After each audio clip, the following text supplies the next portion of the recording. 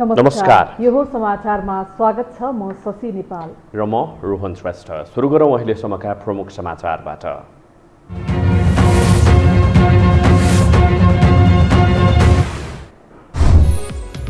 तत्काल मन्त्री परिषद विस्तार गर्न सत्ता गठबन्धनका नेताहरू सहमत। माधव समूह विनय सरकारलाई पूर्णता दिने तयारी। सहमतिमै सरकारका न्यूनतम साझा कार्यक्रम ल्याइने। दार्चुला घटनामा सरकार मौन बसेको भन्दै सांसदले जनाए आपत्ति। छानबिन समितिले काम गरिरहेको गृहमन्त्रीको दावी। हवाई सेवा र उड्डयन प्राधिकरण विधेयक सर्वसम्मतिले पारित। लुम्बिनीमा बहुमतको सरकार गठन गर्न 4 दलको माग। 41 सांसदले प्रदेश प्रमुखलाई बुझाए हस्ताक्षर। एमाले र माओवादीले संसदलाई गरेको कार्यवाही सर्वोच्चद्वारा सदर। कोरोना संक्रमणबाट थप 23 जनाको मृत्यु। 3125 जनामा संक्रमण पुष्टि। चैत्रसम्म सबै नागरिकलाई कोरोना खोप लगाइसक्ने स्वास्थ्य राज्य मन्त्रीको घोषणा। र राष्ट्रिय फुटबल टिमका मुख्य प्रशिक्षक अल्मुताइरेले मागे माफी। एन्फाभित्र गलत नजिर स्थापित हुन लागेको भन्दै प्रवक्ता राईले दिए राजीनामा।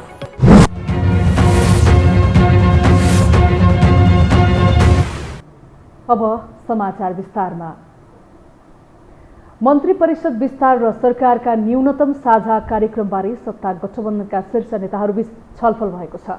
लामो समयसम्म मन्त्री परिषद विस्तार हुन नसकेको भन्दै चर्को आलोचना भइरहेको समयमा प्रधानमन्त्री निवास बालुवाटारमा आज सत्ता गठबन्धनले छलफल गरेको हो। बैठकमा प्रधानमन्त्री एवं कांग्रेस सभापति शेरबहादुर देउबा, माओवादी केन्द्रका अध्यक्ष पुष्पकमल दाहाल प्रचण्ड र जनता समाजवादी पार्टी जसपाका अध्यक्ष उपेन्द्र यादव सहभागी थिए। बैठकमा सरकारका न्यूनतम साझा कार्यक्रमको विषयमा समेत छलफल भएको छ। मन्त्रालयको बाँडफाँड भइसकेकाले तत्काल मन्त्री परिषद विस्तार गर्न गठबन्धनका नेताहरू सहमत भएका छन्। एमालेको माधव कुमार नेपाल पक्षलाई सरकारमा ल्याउने कसरतकै कारण मन्त्री परिषद विस्तारमा विलम्ब हुँदै गएको छ। तर पार्टीभित्रको विवाद र सरकार विस्तारमा सङ्कट तुलिएका बेला नेता नेपालले निकास दिनुको साटो द्वैत चरित्र देखाइरहेका छन्। एक रिपोर्ट। निवर्तमान प्रधानमन्त्री तथा नेकपा एमालेका अध्यक्ष केपी शर्मा ओलीलाई सत्ताबाट हटाउन माधव नेपालले लिएको चट्टाने अडानको राजनैतिक क्षेत्रमा खुब चर्चा भयो। आफ्नै पार्टीको सरकार ढाल्न दिलो ज्यान दिएर मरिमेटेका नेपालकै कारण प्रमुख प्रतिपक्षको भूमिकामा रहेको नेपाली कांग्रेस अहिले सत्ताको भोग चलन गर्ने अवस्थामा छ। तर गिराउन र उठाउन निर्णायक बनेका उनै माधव नेपालको कित्ता पहिचान नहुँदा न सरकारले पूर्णता पाएको छ, न एमाले विवादले नै निकास पाएको छ। असार 29मा 4 मन्त्रीसहित शपथ लिएका प्रधानमन्त्री शेरबहादुर देउबाले 20 दिन बितिसक्दा मन्त्रीमण्डललाई पूर्णता दिन असफल सिद्ध भएका छन्। अहिले गठबन्धनका दलहरूले सरकार विस्तार बारेको ढिलासुस्तीमा माधव नेपालकै दुधारे भूमिकाले काम गरेको ठोकुवा गर्न थालेका छन्। सरकारमा सामेल हुने वा नहुने बारेमा निर्णय भइ नसकेको कारणले केही समय अझै मन्त्री परिषदलाई पूर्णता दिने कामलाई थाती राखिन वा केही समय ढिला गरिदिन अनुरोध गरिएको थियो। त्यसैलाई ध्यान दिएर हामीले चाहिँ केही समय यो ढिलाइ गरे हुन पुगेको हो। नेकपा एमालेको खनाल माधव पक्ष नै हो। अब राष्ट्रिय जनमोर्चाले त सरकारमा सहभागिता नजनाउने निर्णय गरि नै सकेको छ। त्यसैले उहाँहरूकै बारेमा भनिएको त्यो उहाँहरूले आवश्यक निर्णय गर्नको लागि केही समय माग्नु भएको थियो। अब उहाँहरूले त्यो निर्णय दिनु नै हुन्छ। नेकपा माओवादी केन्द्रका अध्यक्ष पुष्पकमल दाहाल प्रचण्डले आइतबारको पार्टी स्थायी कमिटी बैठकमा माधव नेपाल नै सरकार विस्तारको बाधक बनेको आशय व्यक्त गरेका थिए। कहिले सरकारमा जान तयार रहेको बताउने र कहिले विपक्षीमै बस्ने द्वैत चरित्र देखाउँदा सत्ताधारी गठबन्धन समेत अलमलमा परेको छ। गठबन्धनले 6 मन्त्रालयको जिम्मा एमालेको माधव नेपाल पक्षलाई लगाउने तय गरेको थियो।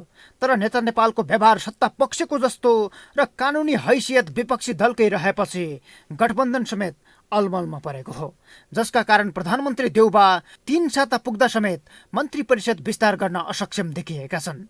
माधव नेपाल पक्ष सरकारमा नआए काङ्ग्रेसलाई प्रधानमन्त्री सहित 9, माओवादी केन्द्रलाई 7 र जसपालाई 6 मन्त्रालय भागबण्डा गर्ने मोटामोटी सहमति भएको छ।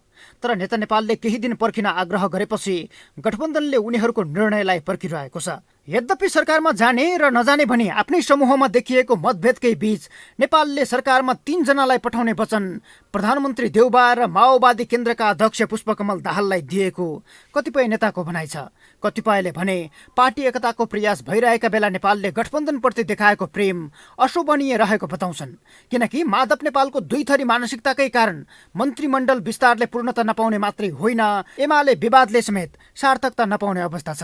यसै कारण अध्यक्ष ओलीले दैनिक नेपालमाथि 20 बमन गरिरहेका छन्। उहाँहरूले बेइमानी गर्दा,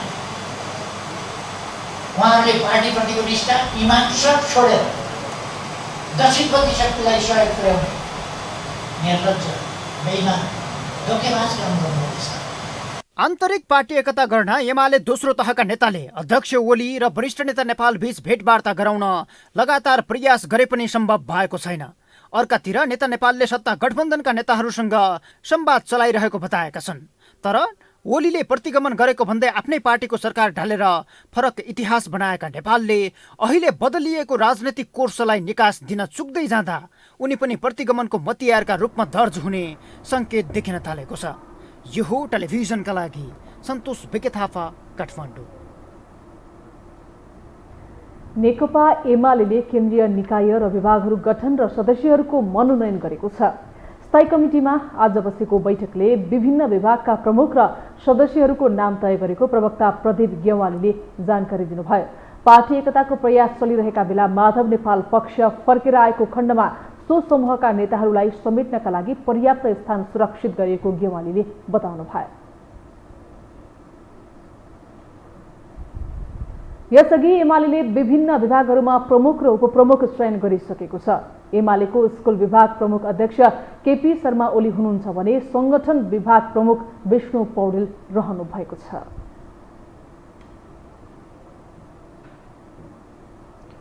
अब बाँकी प्रसङ्ग। राष्ट्रिय सभा बैठकमा सांसदहरूले दार्चुलामा तुइन तर्ने क्रममा भारतीय एसएसबीले तार काटिदिँदा महाकाली नदीमा खसेर बेपत्ता भएका व्यक्तिको बारेमा सरकारको जवाफ माग गरेका छन्। भारतले दादागिरी देखाउँदा पनि सरकार मौन रहेको भन्दै बैठकमा सरकारको चर्को आलोचना पनि भएको छ। तर गृहमन्त्री बालकृष्ण खाडले घटनाको छानबिन भइरहेको र समितिको प्रतिवेदन अनुसार सरकारले आवश्यक निर्णय लिने दावी गरे। राष्ट्रिय सभा बैठकमा बोल्दै सदस्य रामनारायण बिडारीले महाकाली सन्धिकै कारण भारतले नेपाली युवाको हत्या गर्ने हिम्मत गरेको आरोप लगाए। महाकाली सन्धिमा सो नदीलाई साझा भनिएका कारण भारतीय पक्षले नेपालमाथि दादागिरी देखाएको आरोप बिडारीको छ।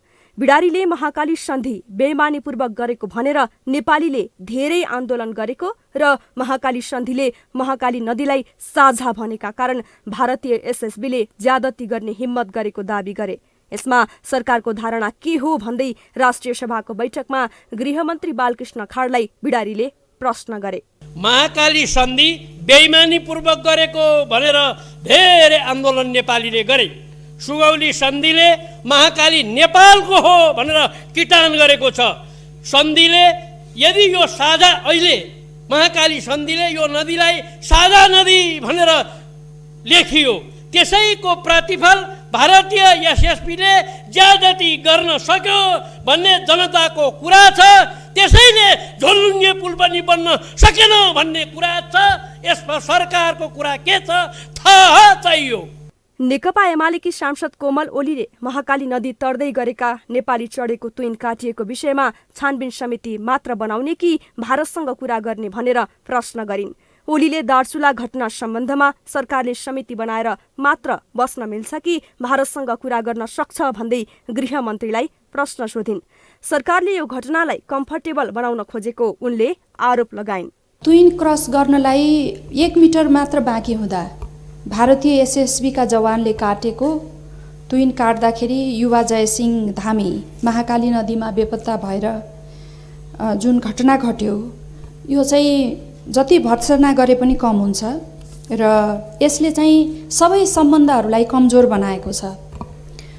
र यो चाहिँ मानवता विरोधी पनि हो, मर्माहतपूर्ण घटना हो, अमानवीय हो र आपत्तिजनक मात्र होइन, यो घटना चाहिँ लज्जास्पद पनि छ। तर सरकारले समिति मात्र बनाएर बस्न मिल्छ कि हिम्मत गरेर भारतसँग कुरा गर्न सक्छ सरकारले, कि सरकारले यसलाई कम्फर्टेबल बनाउन खोजेको हो? सोमबार राष्ट्रिय सभा बैठकमा बोल्दै गृहमन्त्री खाँडले यस घटनाको सम्बन्धमा छानबिन समिति गठन गरिसकिएको जानकारी दिँदै छानबिन समितिको प्रतिवेदन आउनु अघि सरकारले कुनै राय दिन नमिल्ने बताए। उनले छानबिन समितिको प्रतिवेदनको आधारमा सरकारले जुनसुकै प्रकारको निर्णय लिने बताए। प्रतिवेदन प्राप्त गरेपछि नै सरकारले आफ्नो धारणा सार्वजनिक गर्ने उनको भनाइ छ। उनले साउन 15 गते ब्यास गाउँपालिका वडा नम्बर 2 बस्ने जयसिंह धामीको तुइन तर्ने क्रममा महाकाली नदीमा झरी बेपत्ता भएको घटना दुःखद र संवेदनशील रहेको बताए। सोही दिन गृह मन्त्रालयको निर्देशनमा जिल्ला प्रशासन कार्यालय दार्चुलाबाट उक्त घटनाको सम्बन्धमा वास्तविक सत्य तथ्य छानबिन गर्न सशस्त्र प्रहरी बल नेपालगढ 44 प्रहरी नायब उपरीक्षक विजय सिंह धामी, जिल्ला प्रहरी कार्यालय दार्चुलाबाट प्रहरी निरीक्षक नरेन्द्र बहादुर चन्द र राष्ट्रिय अनुसन्धान जिल्ला कार्यालयका विक्रम सिंह ढाँड सहित 3 जनाको टोलीले स्थलगत छानबिनका लागि घटनास्थलमा खटिएको उनले बताए। त्यस्तै जिल्ला प्रशासन कार्यालय दार्चुलाले भारतको पिथौरागढ स्थित जिल्ला अधिकारीलाई उक्त घटनाको सम्बन्धमा ध्यानाकर्षण गराउँदै पत्राचार गरेको पनि उनले जानकारी दिए। त्यस्तै गृह मन्त्रालयका सहसचिव जनार्दन गौतमको संयोजकत्वमा नेपाल प्रहरीका प्रहरी नायब महानिरीक्षक पुरुषोत्तम कणेल, सशस्त्र प्रहरी बल नेपालका सशस्त्र प्रहरी वरिष्ठ उपरीक्षक सुरेश कुमार श्रेष्ठ, राष्ट्रिय अनुसन्धान विभागका अनुसन्धान निर्देशक हुत्तराज थापा, जिल्ला प्रशासन कार्यालय दार्चुलाका सहायक प्रमुख जिल्ला अधिकारी जोत्सना भट्ट जोशी समेत 5 जना रहने गरी स्थलगत रूपमा सत्य तथ्य छानबिन गरी 10 दिनभित्र प्रतिवेदन पेश गर्ने गरी छानबिन समिति गठन गरी घटनास्थलतर्फ पठाइसकिएको पनि उनले बताए। सोही दिन गृह मन्त्रालयको निर्देशनमा जिल्ला प्रशासन कार्यालय दार्चुलाबाट उक्त घटनाको सम्बन्धमा वास्तविक सत्य तथ्य छानबिन गर्न सशस्त्र प्रहरी बल नेपालगढ 44 बाट सशस्त्र प्रहरी नायब उपरीक्षक विजय सिंह धामी, जिल्ला प्रहरी कार्यालय दार्चुला प्रहरी निरीक्षक नरेन्द्र बहादुर चन्द र राष्ट्रिय अनुसन्धान जिल्ला कार्यालयका विक्रम सिंह ढाँड सहित 3 जनाको टोली स्थलगत छानबिनको लागि घटनास्थलतर्फ खटिएको थियो। त्यही दिनै जिल्ला प्रशासन कार्यालय दार्चुलाले भारतको पिथौरागढ स्थित जिल्लाधिकारीलाई उक्त घटनाको सम्बन्धमा ध्यानाकर्षण गराउँदै पत्राचार गरेको छ। निज जयसिंह धामी भन्दा अगाडि उक्त स्थानको तुइन तरी भारततर्फ पुगेका बहादुर सिंह धामी, अमर सिंह धामी, गौर सिंह धामी र मणिराम सिंह धामीसँग सोधपुछ भइरहेको छ। तुइन तर्न बाँकी अनिता धामी, विक्रम राङकोली र कल्याण धामीलाई बुझ्नको लागि जिल्ला सदरमुकाम बोलाइएको छ। बैठकले प्रधानमन्त्री शेरबहादुर देउवाको तर्फबाट कानून, न्याय तथा संसदीय मामिला मन्त्री ज्ञानेन्द्र बहादुर कार्कीले नेपाल हवाई सेवा प्राधिकरण 2076 र नेपाल नागरिक उड्डयन प्राधिकरण विधेयक 2076 लाई पारित गरियोस् भनी राखिएको प्रस्तावलाई सभाले सर्वसम्मतिले अनुमोदन गरेको छ। लुम्बिनी प्रदेश सभाका विपक्षी 4 दलले बहुमतको सरकार गठनका लागि आह्वान गर्न प्रदेश प्रमुखसँग माग गरेका छन्। नेपाली कांग्रेस, माओवादी केन्द्र, जनता समाजवादी पार्टी र राष्ट्रिय जनमोर्चा संसदीय दलका नेताले संयुक्त रूपमा प्रदेश प्रमुख अमिक शेरचनलाई सोमबार निवेदन बुझाएका छन्। नेपाली कांग्रेस संसदीय दलका नेता वीरेन्द्र कुमार कनौडिया, नेकपा माओवादी केन्द्रका संसदीय दलका नेता कुल प्रसाद केसी, जनता समाजवादी पार्टी संसदीय दलका नेता सहर्ष राम यादव र राष्ट्रिय जनमोर्चा के संसदीय दल की नेता तारा जीसीले संविधानको धारा 168(1) अनुसार एकल बहुमतको मुख्यमन्त्री नियुक्त भएका शंकर पोखरेलले बहुमत गुमाएको भन्दै 2 वा 2 भन्दा बढी दलको समर्थनमा बहुमतको सरकार गठनको आह्वान गर्न माग गरेका हुन्। निवेदनमा प्रदेश सभामा हाल कायम रहेका 80 सांसद मध्ये नेपाली कांग्रेसका 19 जना, माओवादी केन्द्रका 18 जना, जनता समाजवादी पार्टीका 3 जना र राष्ट्रिय जनमोर्चाका 1 जना गरी 41 जनाको हस्ताक्षर छ। सर्वोच्च अदालतले फ्लोर क्रस गरेर माओवादी सरकार जोगाउने एमालेका 4 सांसदमाथि पार्टीले गरेको कार्यवाहीलाई वैधानिक ठहर गरेको छ। प्रधान न्यायाधीश चोलेन्द्र शमशेर जबरा र न्यायाधीश प्रकाश ठुङ्गानाको संयुक्त इजलासले आज भएको सुनवाईपछि अदालतले आफै समावेश भएको संसदीय दलको निर्णय विपरीत फ्लोर क्रस गर्नु लोकतान्त्रिक पद्धति एवं संस्कार र मान्यता अनुकूल नभएको ठहर गरेको हो। नेपालको संविधान र राजनैतिक दल सम्बन्धी ऐन अनुकूल समेत मान्न नसकिने भन्दै एमाले प्रदेशसभा सदस्यहरू प्रकाश ज्वाला, अम्बर थापा, कुर्मराज शाही र नन्द सिंह बुढामाथि गरेको कार्यवाही र सांसदबाट प्रदेशसभाले गरेको पदमुक्तिलाई सदर गरेको छ। त्यसैगरी माओवादी केन्द्रको कार्यवाहीका आधारमा प्रतिनिधि सभा सदस्यबाट पदमुक्त भएका 4 नेताको माग बमोजिम अन्तरिम आदेश दिन अस्वीकार गरेको छ। न्यायाधीश ईश्वर खतिवड़ाको एकल इजलासले लेखराज भट्ट, टोप बहादुर रायमाझी, प्रभु शाह र गौरीशंकर चौधरीको रिटमाथि सुनवाई गर्दै सुविधा सन्तुलन समेतका दृष्टिले अन्तरिम आदेश जारी गर्नु मनासिब नदेखिएको जनाएको छ।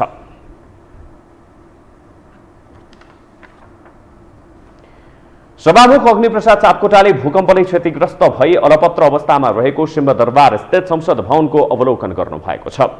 सभामुख सापकोटाले आज दिउँसो भूकम्पले क्षतिग्रस्त सो संसद भवनको अवलोकन गर्नुभएको हो।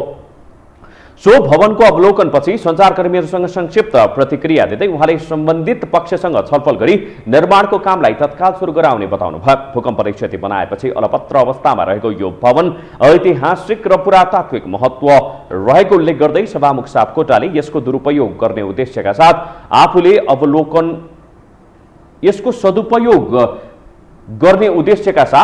अवलोकन गरेको पनि स्पष्ट पार्नुभयो। चाहिँ यो सम्बद्ध पक्षसित छलफल आरम्भ गरेर छिट्टै यसलाई कुन रूपमा सदुपयोग गर्ने निष्कर्षमा पुग्छ र छिट्टै एउटा निर्माणको काम पनि सुरुवात हुन्छ। त्यसलाई चाहिँ जुन यसको चाहिँ ऐतिहासिक महत्त्व छ, पुरातात्विक महत्त्व छ, त्यो महत्त्वलाई आत्मसात गरेर त्यही अनुसार अधिकतम सदुपयोग गर्नुपर्छ। सभामुख सापकोटाले सो संसद भवनलाई संग्रहालय र पुस्तकालयको रूपमा विकास गर्ने आफ्नो सोच रहेको पनि स्पष्ट पार्नुभयो। अब संग्रहालय चाहिँ बनाउने सबभन्दा उपयुक्त सुझाव लागेको छ। अब त्यसमा पुस्तकालय पनि हुन्छ। यो पुरातात्विक महत्त्व कायम रहने गरी बनाउनुपर्छ भन्ने लागेको छ मलाई। सिंहदरबारको मुटुमा रहेको यो संसद भवन ऐतिहासिक तथा पुरातात्विक महत्त्वको भवन हो।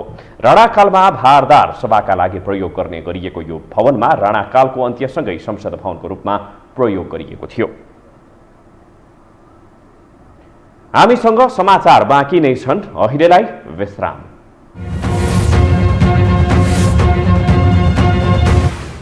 विश्रामपछि स्वागत छ। अब बाँकी समाचार। पछिल्लो 24 घण्टामा 3125 जनामा कोरोना भाइरसको संक्रमण पुष्टि भएको छ। स्वास्थ्य तथा जनसङ्ख्या मन्त्रालयका अनुसार 13,811 जनाको कोरोना परीक्षण गर्दा पीसीआर विधिबाट 2,279 जना र एन्टिजेन विधिबाट 846 जनामा संक्रमण पुष्टि भएको हो, जसमध्ये काठमाडौँ उपत्यकाका 770 जना रहेका छन्। पछिल्लो 24 घण्टामा काठमाडौँमा 556, ललितपुरमा 115 र भक्तपुरमा 69 जना संक्रमित थपिएका हुन्। यस्तै देशभर थप 23 जनाको मृत्यु भएको छ। यो सँगै नेपालमा 9,898 जनाको मृत्यु भइसकेको छ। यस्तै आज थप 1,925 जना संक्रमण मुक्त भएका छन्। नेपालमा हाल सक्रिय संक्रमितको संख्या 31,629 रहेको छ। स्वास्थ्य तथा जनसङ्ख्या राज्य मन्त्री उमेश श्रेष्ठले कुनै पनि सरकारी सेवा सुविधा नलिने घोषणा गर्नुभएको छ। राज्य मन्त्री श्रेष्ठले आज मन्त्रालयमा आफ्नो सार्वजनिक स्वास्थ्य र कोभिड महामारी नियन्त्रणबारे 23 बुँदे नीतिगत प्रतिबद्धता र कार्ययोजना सार्वजनिक गर्न आयोजित पत्रकार सम्मेलनमा बोल्दै सुरक्षाकर्मी बाहेकका कुनै पनि सेवा सुविधा नलिने घोषणा गर्नुभएको हो। उहाँले पदमा बहाल रहँदा स्वार्थ बाजिने उल्लेख गर्दै व्यापार व्यवसायमा आफू संलग्न नहुने प्रतिबद्धता समेत व्यक्त गर्नुभयो। मुलुक अहिले विश्वव्यापी कोभिड-19 महामारीबाट सिर्जित जनस्वास्थ्य सङ्गठनको कठिन परिस्थितिबाट गुज्रेको छ। महामारीबाट बचाउँ हामी सम्पूर्ण नेपालीको मूल मन्त्र भएको छ। राज्यमन्त्री श्रेष्ठले सबै नेपाली नागरिकलाई आगामी चैत्र मसान्तसम्म कोभिड खोप लगाइसक्ने योजना पनि सार्वजनिक गर्नुभयो। नेपाली जनताको जीवन रक्षा गर्नु आफ्नो सर्वोच्च प्राथमिकता हुने उल्लेख गर्दै उहाँले चैत्र मसान्तभित्र सबै नेपालीलाई खोप लगाइसक्ने बताउनु भएको हो।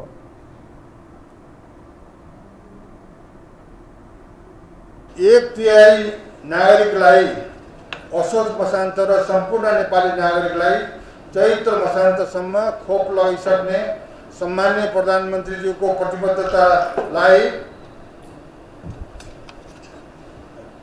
साकार बनाई नेपाली जनताको जीवन रक्षा गर्नु मेरो सर्वोच्च प्राथमिकता हुनेछ।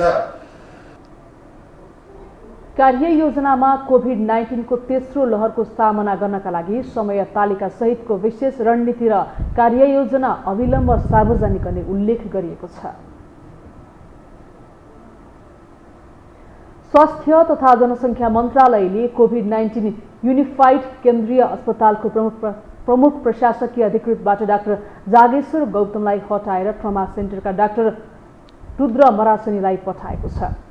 मन्त्री स्तरीय निर्णयका आधारमा डाक्टर गौतमलाई आज थापाथलीमा रहेको प्रसुति तथा स्त्रीरोग अस्पतालमा सरुवा गरेको स्वास्थ्य तथा जनसङ्ख्या मन्त्रालयका प्रवक्ता डाक्टर कृष्ण पौडेलले जानकारी दिनुभयो।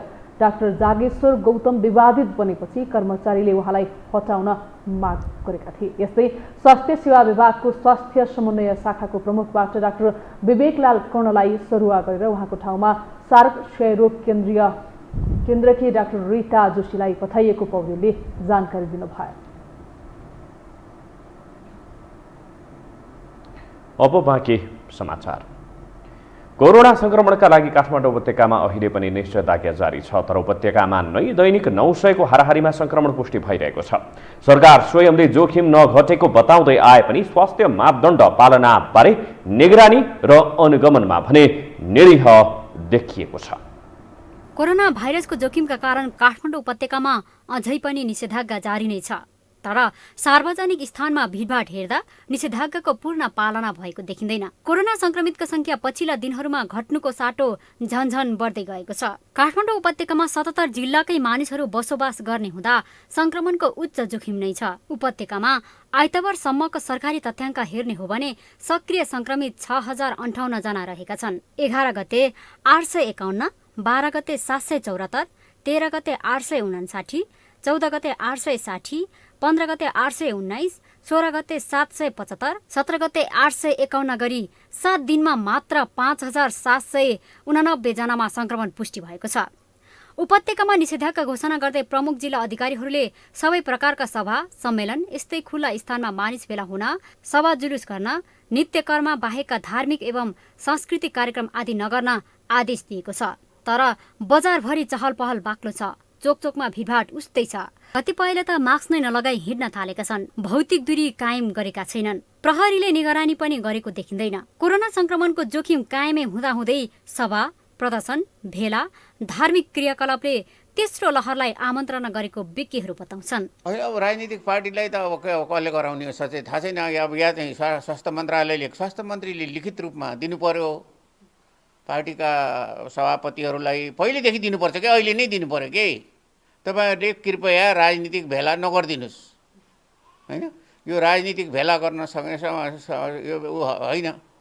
अब त्यो भन्दाखेरि फेरि मान्छेले अब अर्कै अर्थ लगाउन पनि सक्छन्। अर्कै अर्थ लगाए पनि यो चाहिँ अनि चाहिँ स्वास्थ्य मन्त्रालयले लिखित रूपमै पार्टीहरूलाई अनि चाहिँ यो चाहिँ जानकारी गराउनु पर्थ्यो, होइन? अब त्यसो भए उनीहरूले चाहिँ अनि अब तपाईँहरू जिम्मेवार बन्दिनुहोस्, यसरी ठुलो भेला यतिजना। राजनीतिक दलका नेता कार्यकर्ताको लापरवाही र काठमाडौँ उपत्यकाको विभिन्न खोप केन्द्रमा लागेको भिडभाड उस्तै छ। स्वास्थ्यकर्मी स्वयंले पनि स्वास्थ्य मापदण्ड उल्लङ्घन गरिरहेका छन्। आज साउन महिनाको तेस्रो सोमबार पनि पशुपति मन्दिरसँगै उपत्यकाका शिव मन्दिरहरूमा पूजा आराधना गर्नेको बाक्लो भिडले न त सामाजिक दूरी कायम गरेका छन्, न त मास्कको सही रूपमा प्रयोग नै गरेका छन्। यसले गर्दा अबका केही दिनमै काठमाडौँ उपत्यकामा भयावह रूप आउन सक्ने विज्ञहरूले चेतावनी दिन्छन्। यस्ता सभा भेला सम्मेलन हुन्छ नि, भोज भतेर, बिहा व्रतबन्ध, यी चाहिँ कार्यहरू चाहिँ गर्नु अहिलेका लागि हाम्रो लागि हानिकारक हुन्छ। यसले पक्कै पनि कोरोना सङ्क्रमितहरूको सङ्ख्या बढाउन जाने र त्यहाँ भेला भएका व्यक्तिहरू सङ्क्रमित हुन सक्ने, उनको परिवारको सदस्य सङ्क्रमित हुन सिकिस्त हुन सक्ने, ती कुराहरू चाहिँ सम्पूर्ण आम नागरिकले बुझ्न जरुरी छ। हामी जोखिममा छौँ, हामी सुरक्षित हुनुपर्छ। हामी यसरी नै हेलचक्र्याइँ गर्ने भने फेरि जुन वैशाख जेठको अवस्थामा नपुगौँला भनेर भन्न सकिँदैन। काठमाडौँ उपत्यकाका प्रमुख जिल्ला अधिकारीहरूले निषेधाज्ञा निरन्तरता दिइ नै रहेको छ।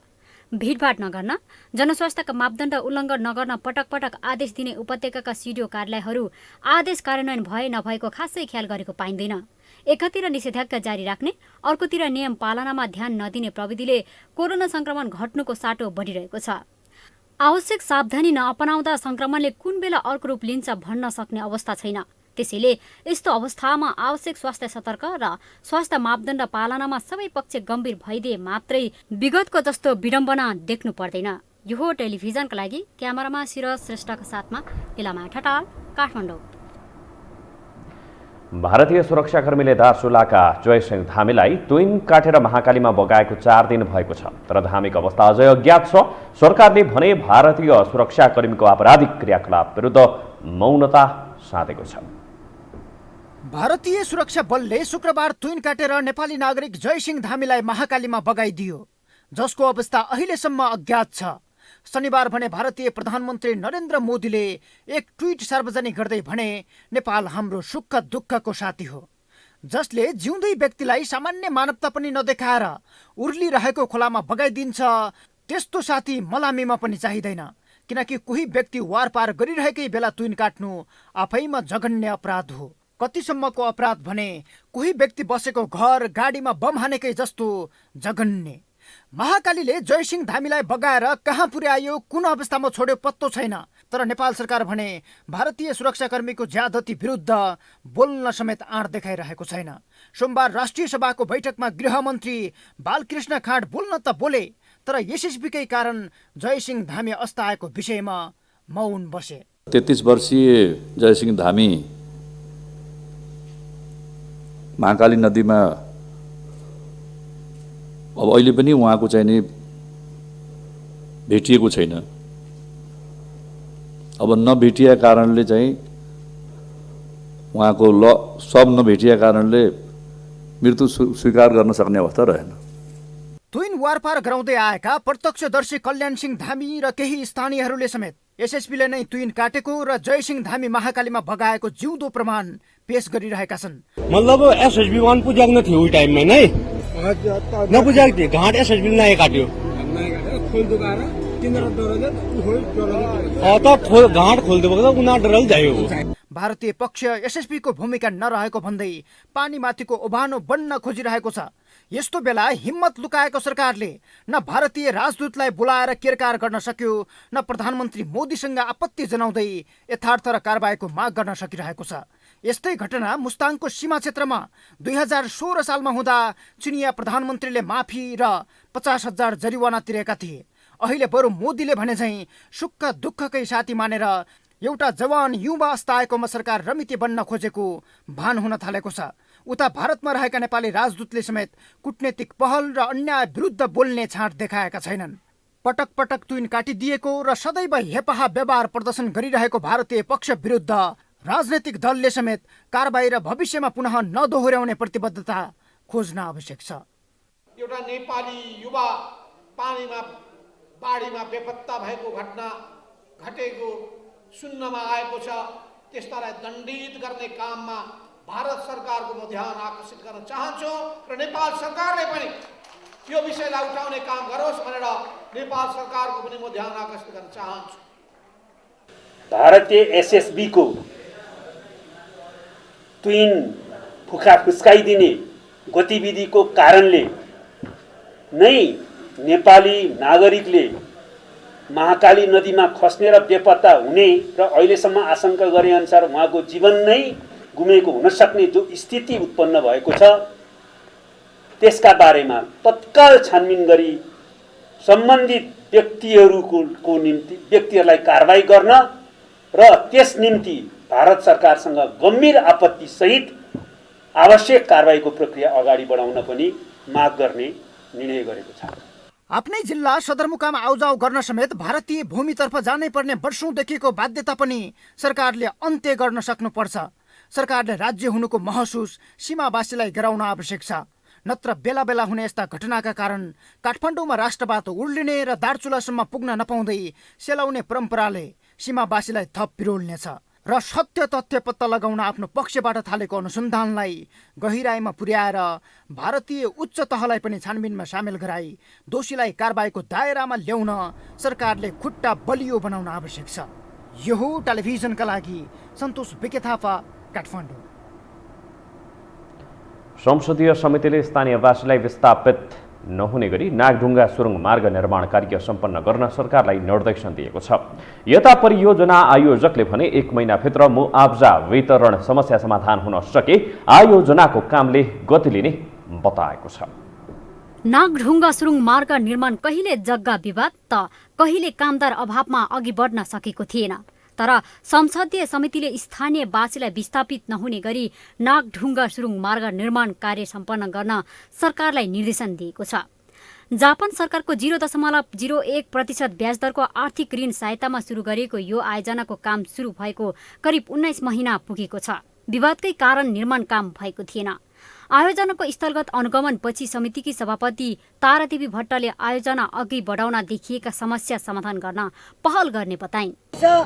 यहाँ वरपरको बस्तीहरूलाई पनि त्यत्तिकै जोखिम छ र यो पनि हामीले बचाउनु पर्ने हुन्छ र यसको समाधानको लागि अब हामी फर्केर सरकारसँग यो जम्मै कुराको विस्तृत जानकारी सरकारसित गर्नेछौँ र यसको समाधानको लागि पनि के कस्तो प्रक्रिया हुन्छ त्यसको लागि हामी पहल गर्नेछौँ। आयोजनाका निर्देशक नरसमान साक्यले आयोजना तोकिएकै समयमै सम्पन्न गर्नका लागि जग्गाको मुआब्जा वितरण र कोभिड खोपको आवश्यक व्यवस्था मिलाउने काम बाधक रहेको उल्लेख गर्दै ती समस्या तत्काल समाधानका लागि सरकारसँग पहल गरिदिन संसदीय समितिको अनुगमन टोलीलाई आग्रह गरे।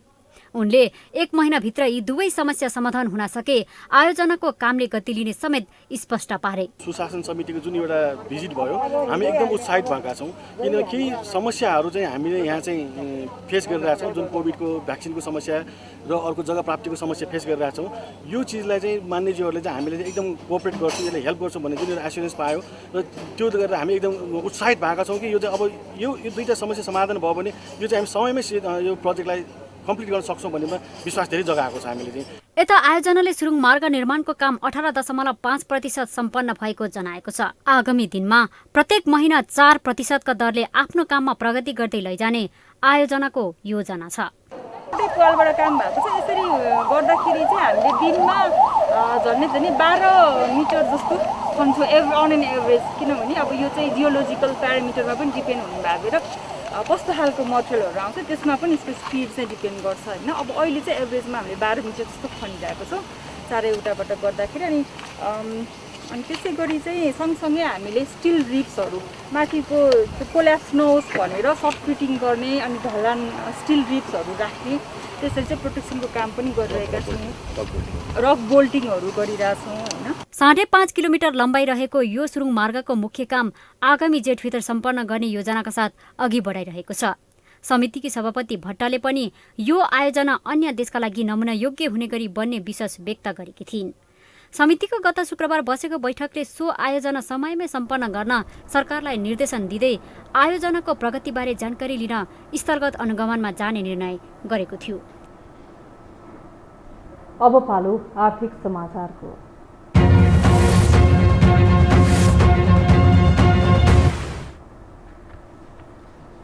नेपाल स्टक एक्सचेन्ज नेप्सेमा कारोबारको दोस्रो दिन आज झिनो अङ्कको वृद्धि भएको छ। आज नेप्से 4.6 अङ्कले बढेर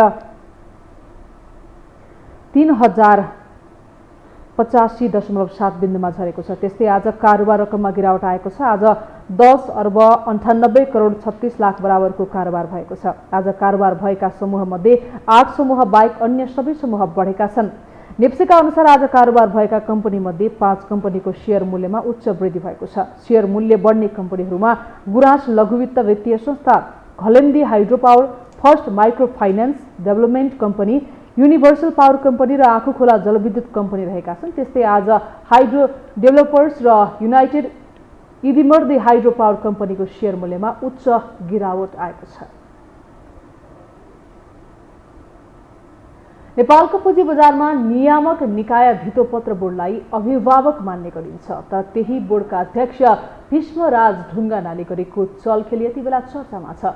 आइपिओ ल्याउन लागेको सर्वोत्तम सिमेन्टको सेयर कौडीको भाउमा बोर्डका अध्यक्ष लगायतले आफ्ना मान्छेको नाममा खरिद गरेपछि समग्र बोर्ड नै विवादमा तानिएको हो। नेपालीमा एउटा उखान छ, पैसा भनेपछि महादेवका पनि 3 नेत्र। त्यस्तै भयो नेपालको पुँजी बजारमा पनि। पुँजी बजारको नियामक निकाय धितोपत्र बोर्डका अध्यक्ष नै आफ्नो पदको दुरुपयोग गर्दै व्यापक चलखेलमा उत्रिएपछि अभिभावक मानिने बोर्डप्रति नै अविश्वास पैदा भएको छ। गत साता सार्वजनिक भएको इन्साइडर ट्रेडिङको घटनामा धितोपत्र बोर्डका अध्यक्ष भीष्मराज ढुङ्गानाको प्रत्यक्ष सहभागितामा खुलेआम भ्रष्टाचार भएको खुलेको छ। बुक बिल्डिङ प्रक्रियाबाट आइपिओ ल्याउन लागेको सर्वोत्तम सिमेन्टको सेयर कौडीको भाउमा बोर्डका अध्यक्ष लगायतले आफ्ना मान्छेको नाममा खरिद गरेपछि उनीहरूले खुलेआम भ्रष्टाचार गरेको खुलेको हो। 750 रुपियाँ प्रति कितामा जारी हुने भनिएको सर्वोत्तम सिमेन्टको आइपिओ प्रक्रियामै चलखेल भएको आशंका गरिएको छ। कम्पनीको वित्तीय अवस्था अनुसार 400 देखि 450 सम्म पर्ने मूल्यलाई 750 बनाउन कमिसन बापत बोर्डका अध्यक्षले छोरीका नाममा सेयर किनेका छन्। अभिभावकको जिम्मेवारी निर्वाह गर्दै आएको बोर्ड अध्यक्ष चलखेलमा मुछिनु गलत भएको पूर्व बोर्ड अध्यक्ष रेवत बहादुर कार्की बताउँछन्। यो इन्साइडर ट्रेडिङ नभएर भ्रष्टाचार भएको उनको तर्क छ। एक त अब इन्साइडर ट्रेडिङ भन्ने सन्दर्भको कुरो चाहिँ यो धितोपत्र ऐनमा छ। नियावली चाहिँ गभर्मेन्टबाट स्विगीद्वारा आएको छैन। म हुँदैखेरि यसको चाहिँ इन्साइडर नियावली हामीले बनाएर खास गरेर इन्डिया, श्रीलङ्का, बङ्गलादेश हेरेर झन् 1 वर्ष लगाएर हामीले त्यो चाहिँ इन्साइडर यो भित्री कारोबार सम्बन्धी नियावली नभए कसरी कारवाही गर्ने। धितोपत्र सम्बन्धी ऐन 2063 को दफा 91 र 92 मा भएको व्यवस्था अनुसार नियामक निकायका परिवारले कुनै पनि कम्पनीको सेयर किन्न नमिल्ने भनिएको छ। तर पछिल्लो समय नेपालको सेयर बजारको प्रमुख नियमनकारी निकाय नेपाल धितोपत्र बोर्डका अध्यक्ष तथा सञ्चालककै संलग्नतामा सेयरको भित्री कारोबार भएको तथ्य बाहिरिएपछि सबै फाइल अख्तियारले मागेको छ। बोर्डका अध्यक्ष ढुङ्गाना र बोर्डका सञ्चालक समिति सदस्य समेत रहेका नेपाल उद्योग वाणिज्य महासङ्घका वरिष्ठ उपाध्यक्ष चन्द्र ढकाल सर्वोत्तम सिमेन्टको धितोपत्रको भित्री प्रकरणमा मुछिएका छन्। त्यस्तै नेप्सेका प्रमुख चन्द्रसिंह साउद पनि यही प्रकरणमा मुछिएका छन्। यसलाई लिएर अर्थ मन्त्रालयले पनि बोर्ड र नेप्सेसँग स्पष्टीकरण मागेको छ। बोर्ड अध्यक्ष ढुङ्गानाकी छोरी रेबिका ढुङ्गानाको नाममा सर्वोत्तमको 11,912 किता सेयर लागत कायम भएको छ। त्यस्तै वरिष्ठ उपाध्यक्ष ढकालका भाइ हेमराज ढकालका नाममा 1,19,117 किता सेयर खरिद भएको पाइएको छ। रेबिका बोर्ड अध्यक्षकी आफ्नै विवाहित छोरी हुन् भने हेमराज बोर्ड सदस्य चन्द्र ढकालका सहोदर भाइ हुन्।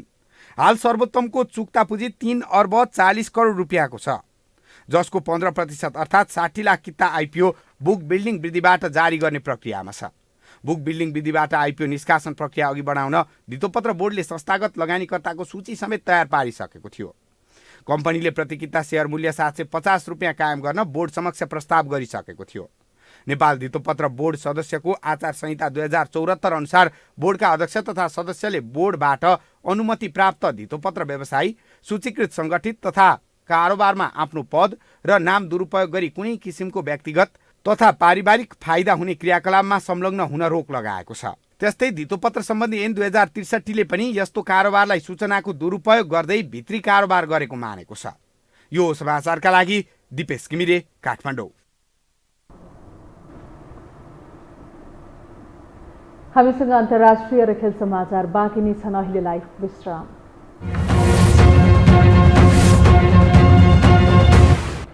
विश्रामपछि पुनः स्वागत छ।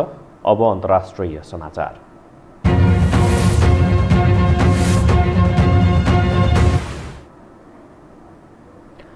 अमेरिका र बेलायतले इरानले समुद्रमा तेल बोकेको जहाजमा आक्रमण गरेको आरोप लगाएका छन्।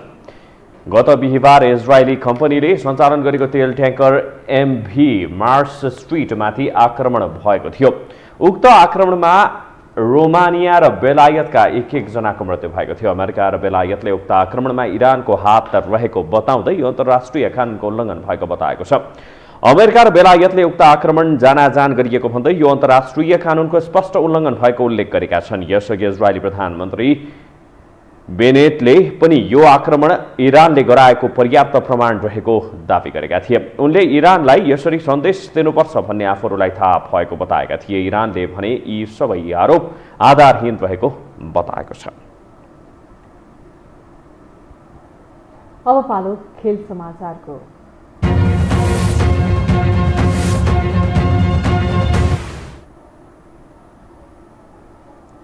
राष्ट्रिय फुटबल टिमका मुख्य प्रशिक्षक अब्दुल्लाह अल मुताइरीले माफी मागेका छन्। इन्फाका उपाध्यक्ष पङ्कज विक्रम निम्बाङले आफूलाई राजीनामा दिन बाध्य पारेको भन्दै प्रशिक्षक अल मुताइरीले केही दिन अघि फ्यानलाई सम्बोधन गर्दै सामाजिक सञ्जालबाट राजीनामा दिने घोषणा गरेका थिए। तर उनले आधिकारिक रूपमा राजीनामा पत्र भने बुझाएका थिएनन्। आफ्नो अभिव्यक्तिलाई लिएर विवाद भएपछि उनले सार्वजनिक रूपमा माफी मागेका हुन्। आफूले कोही कसैप्रति पनि गलत नियत नराखेको र नेपाली फुटबल टिमसँग जोडिन पाएकोमा खुसी रहेको समेत मुख्य प्रशिक्षक अल मुताइरीले बताएका छन्। यसैबीच अखिल नेपाल फुटबल संघ इन्फाभित्र गलत नजिर स्थापित हुन लागेको भन्दै खबरदारी गर्न प्रवक्ता किरण राईले आज आफ्नो पदबाट राजीनामा दिएका छन्। प्रवक्ताबाट राजीनामा दिएका किरण राईले विभिन्न पक्षबाट भइरहेका गतिविधिहरू बन्द गर्न आग्रह गर्दै इन्फाको निर्वाचनको प्रक्रिया सुरु गर्नुपर्ने मध्यमार्गी प्रस्ताव पनि पेश गरेका छन्। राष्ट्रिय टोलीका मुख्य प्रशिक्षक अब्दुल्लाह अल मुताइरी र इन्फा उपाध्यक्ष पङ्कज विक्रम निम्बाङको छानबिनका लागि खेलकुद मन्त्रालयलाई जिम्मा दिने विषयमा असहमत भएका प्रवक्ता किरण राईले सोमबार आफ्नो पदबाट राजीनामा दिएका हुन्। इन्फा अध्यक्ष कर्मा छिरिङ शेर्पालाई राजीनामा पत्र बुझाएपछि पत्रकार सम्मेलन गरेर राजीनामा गरेको घोषणा गरेका हुन्। भइरहेको छ यो घटनाहरू बढी घटनाले जे अवस्था सिर्जना गरेको छ यो राम्रो भएन। त्यस कारणले गर्दा मैले यो कुरा राजीनामा गरेर मैले आफ्नो विचार व्यक्त गर्न खोजेको हो र यसको मतलब चाहिँ कुनै स्पेस लिनलाई वा चाहिँ कुनै भनौँ न एउटा चाहिँ नयाँ स्टन भन्छ नि अहिले होइन, चुनाव स्टनको लागि होइन। त्यस्तो पऱ्यो भने म चुनाव नलड्न पनि सक्छु, कुनै पद नलिन पनि सक्छु। तर मेरो कुरा के भने यो राम्रो भएन। म पनि यहाँ सहभागी भइरहँदा हामीले कार्य समितिले नै जे निर्णय र नजिरहरू बसाउन खोज्यौँ यो पनि राम्रो भएन। जे गाली गलजमा उठेको छ त्यो पनि राम्रो भएन। इन्फाको नयाँ नेतृत्व चयनका लागि आगामी वैशाखमा निर्वाचन हुँदैछ। निर्वाचन नजिक आउँदै गर्दा अहिले इन्फामा अध्यक्ष कर्मा छिरिङ पक्ष र वरिष्ठ उपाध्यक्ष पङ्कज विक्रम निम्बाङ बीचको मतभेद सुनिँदै गएको छ। खेल समाचारसँगै हामी यो समाचारको अन्त्यमा आइपुगेका छौँ। बिदा हुनु अघि प्रमुख समाचार पुनः एकपटक।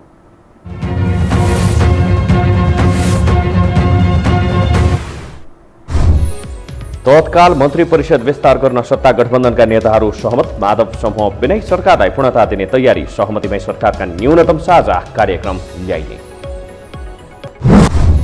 दार्चुला घटनामा सरकार मौन बसेको भन्दै सांसदले जनाए आपत्ति। छानबिन समितिले काम गरिरहेको गृहमन्त्रीको दाबी।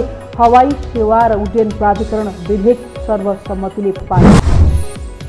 लुम्बिनीमा बहुमतको सरकार गठन गर्न 4 दलको माग। 41 सांसदले प्रदेश प्रमुखलाई बुझाए हस्ताक्षर। एमाले र माओवादीले सांसदलाई गरेको कार्यवाही सर्वोच्चद्वारा स्थगित। कोरोना संक्रमणबाट थप 23 जनाको मृत्यु। 3125 जनामा संक्रमण पुष्टि। चैत्रसम्म सबै नागरिकलाई कोरोना खोप लगाइसक्ने स्वास्थ्य राज्य मन्त्रीको घोषणा। र राष्ट्रिय फुटबल टिमका मुख्य प्रशिक्षक अल मुताइरीले मागे माफी। एन्फाभित्र गलत नजिर स्थापित हुन लागेको भन्दै प्रवक्ता राईले दिए राजीनामा।